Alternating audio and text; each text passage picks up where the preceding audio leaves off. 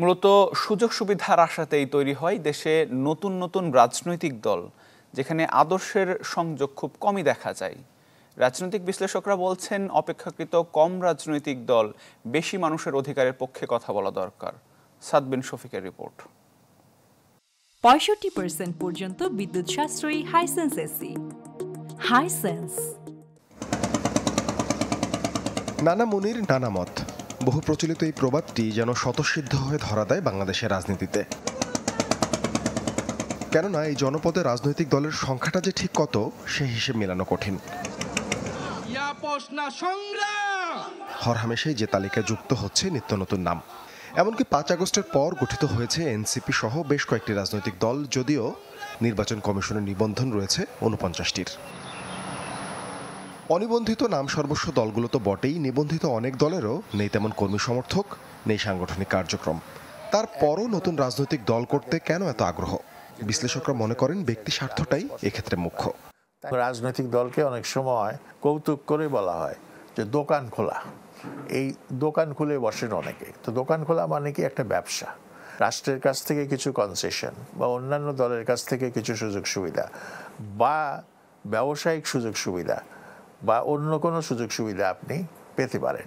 রাজনৈতিক দলের কাজ হলো বিভিন্ন মত, আশা আকাঙ্ক্ষা, আদর্শ সেগুলিকে একত্র করে তারা একটা প্ল্যাটফর্ম করে বা ম্যানিফেস্টো দেয়। তা আমাদের এখানে আওয়ামী লীগকে বিএনপি দুজনের একজনও সেটা পারেনি, এবং না পারার জন্যই এই এত অসংখ্য দল হয়েছে। রাজনীতির শিক্ষক বলছেন, ৯০ পরবর্তী আওয়ামী আর জাতীয়তাবাদের বলয়ে আবর্তিত রাজনীতিতে এখন সময়ের প্রয়োজনীয় দরকার একটি ভিন্ন শক্তির উত্থান। যদি পলিটিক্যাল পার্টি, যেটা ছাত্ররা করতে চাচ্ছে, এরা যদি সাকসেসফুল না হয় এবং at the same time existing political party একটা তো গেছে, আর একটাও যদি দুর্বল হতে হতে এমন একটা অবস্থায় চলে যায় যেটার কোনো পার্টি বলতে আর কিছু থাকবে না, এটা একটা অলিগার্কিক একটা ক্লাবের মতো হবে, তাহলে যেটা এই দেশে যেটা হবে সেটা হবে এখানে একটা অরাজকতা।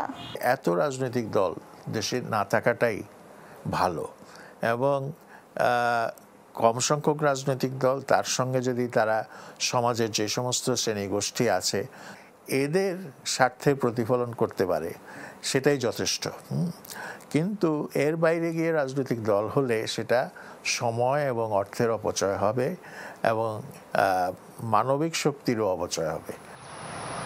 সংকীর্ণ স্বার্থে গড়ে ওঠা সমর্থনবিহীন রাজনৈতিক দলের বিস্তার, নাকি জনসমর্থন নিয়ে নতুন কোনো পক্ষের শক্তিশালী অবস্থান? নিকট ভবিষ্যতে দেশের রাজনীতিতে কোনটি প্রাধান্য পাবে সেটি সময় বলে দেবে। সাদবিন শফিক, চ্যানেল 24, ঢাকা।